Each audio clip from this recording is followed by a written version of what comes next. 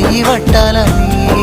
నల్లని సీకట్లో ఒకదాన్నే కూసున్న దిక్కులేని పచ్చినయ్యి